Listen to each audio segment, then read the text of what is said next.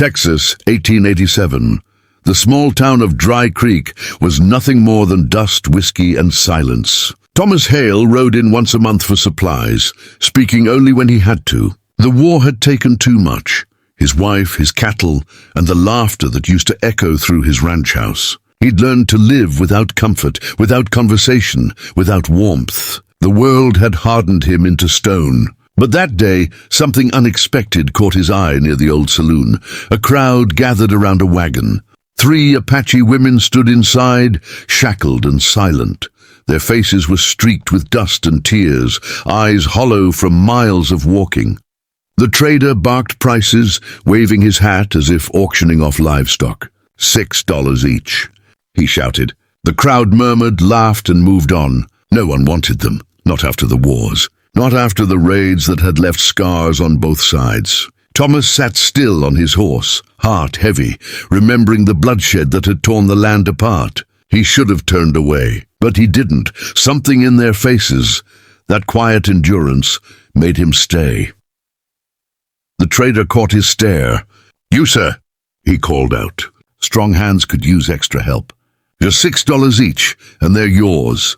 Thomas looked down, his jaw tight. He didn't need help. He didn't want company. But as one of the women stumbled, catching another's hand to steady herself, he felt something twist in his chest. He reached into his coat, pulled out $18, and tossed it onto the wagon board. "I'll take them," he said quietly. The crowd fell silent. Some spat, others sneered. But Thomas didn't care. He'd already seen worse than their judgment.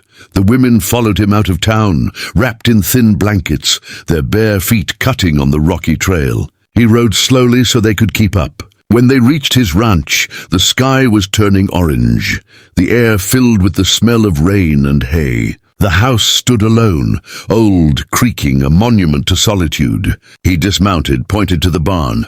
"You can stay there for now," he said awkwardly. They didn't answer, just exchanged glances and nodded.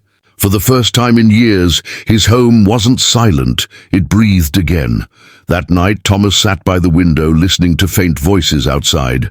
The women were gathered by the fire pit, their silhouettes flickering in the glow. One was humming softly, an old Apache tune that rose and fell like wind through canyon walls. Another was cooking something in a pot, the smell of herbs and corn drifting through the air. He didn't understand their words, but he understood their tone, gentle, tired, human. And for the first time in a long while, he felt the ache of loneliness loosen just a little.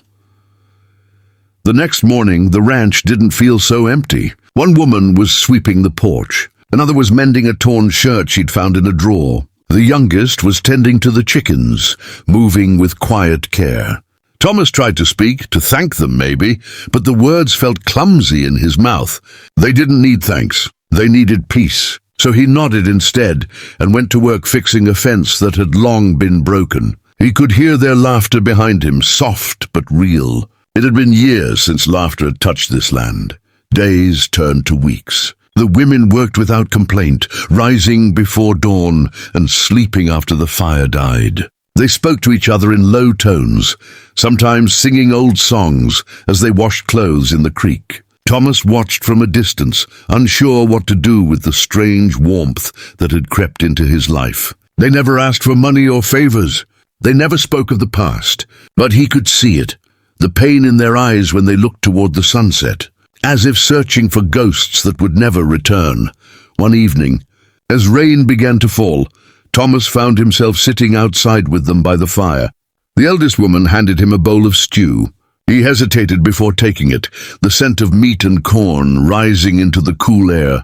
"Thank you," he said quietly. She didn't reply in words, just smiled, a faint curve of the lips that said more than language ever could. The fire popped, the rain hissed on the coals, and for the first time in years, Thomas didn't eat alone. Something fragile was mending in the silence between them. He began fixing up the ranch after that, built a proper roof over the barn, repaired the windmill, even planted new crops for spring.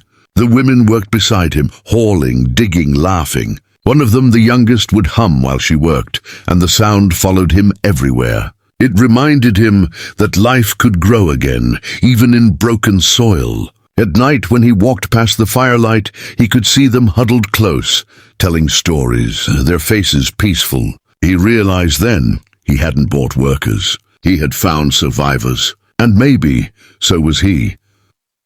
Weeks later, Thomas stood alone by the corral, watching the sun set over the desert. He thought about the $18 he had spent, how the men in town would never understand why. He thought about his wife's grave on the hill, the years of silence, the ache of losing everything. And then he thought about the sound of laughter coming from his porch. He smiled faintly. The trader had said he'd bought 3 widows, but the truth was he hadn't bought anyone. What he'd purchased that day was a second chance at being human again.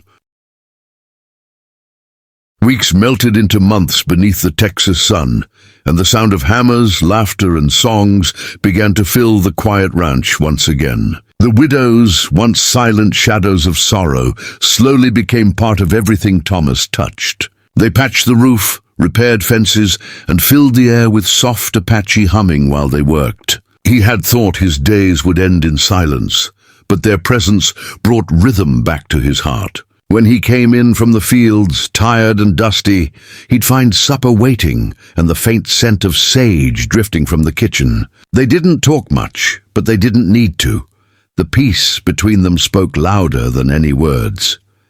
At first, Thomas kept his distance, not knowing how to exist in this new life. The memories of war and loss still haunted him, faces he couldn't forget, choices he couldn't change. But each day, something inside him began to heal. He noticed the way one of the widows laughed softly when she burned bread, or how another hummed songs to the horses at dawn. In their quiet strength, he saw something he hadn't seen in himself for years, the will to live again. He started joining them by the fire, sharing small stories from his past. To his surprise, they listened without judgment. For the first time, his pain didn't feel like a burden. It felt like a bridge.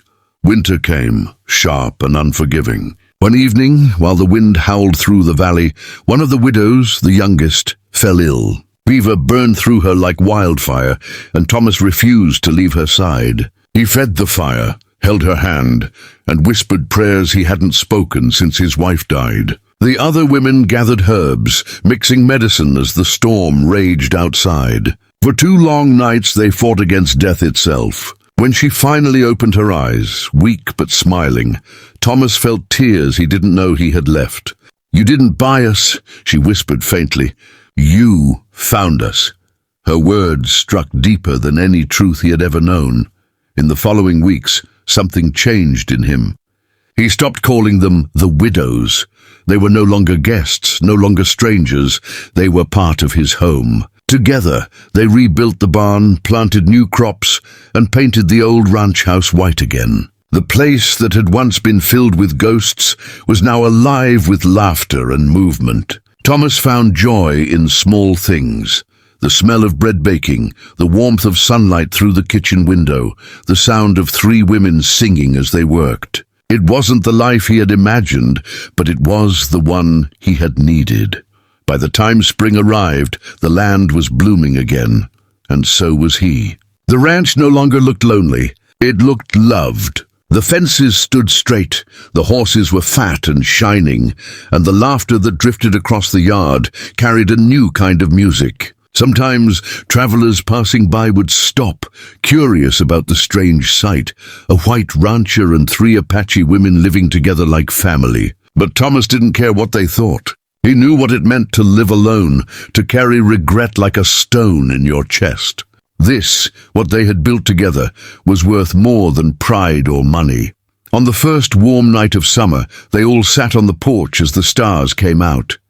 The land stretched far and quiet, the way it had before, but it no longer felt empty. One of the widows handed Thomas a cup of coffee, her fingers brushing his for just a moment. No words were spoken, yet everything was understood. They had lost families, lost homes, lost everything once, but somehow fate had brought them together to start again. He looked around at them, at the life they had built with patience, pain, and forgiveness, and realized he was no longer the man who'd handed over $6 out of pity. He was a man who had been given back the gift of living. When the fire burned low, Thomas sat quietly, watching the sparks float into the night sky. He thought about his late wife, about all the years he had wasted drowning in silence. He wondered if she'd forgive him for finding peace again. The wind whispered softly through the grass, as if answering him. The widows began to hum an old Apache tune, low, haunting, and beautiful. He closed his eyes, feeling the song wrap around him like a blessing. The sound of it didn't just fill the ranch, it filled the hollow parts of his heart. By the time dawn broke, painting the sky with gold, the ranch stood still and peaceful. Smoke curled from the chimney, and the air smelled of bread and coffee. Thomas stepped outside, hat in hand, and looked over the land, his land, their land.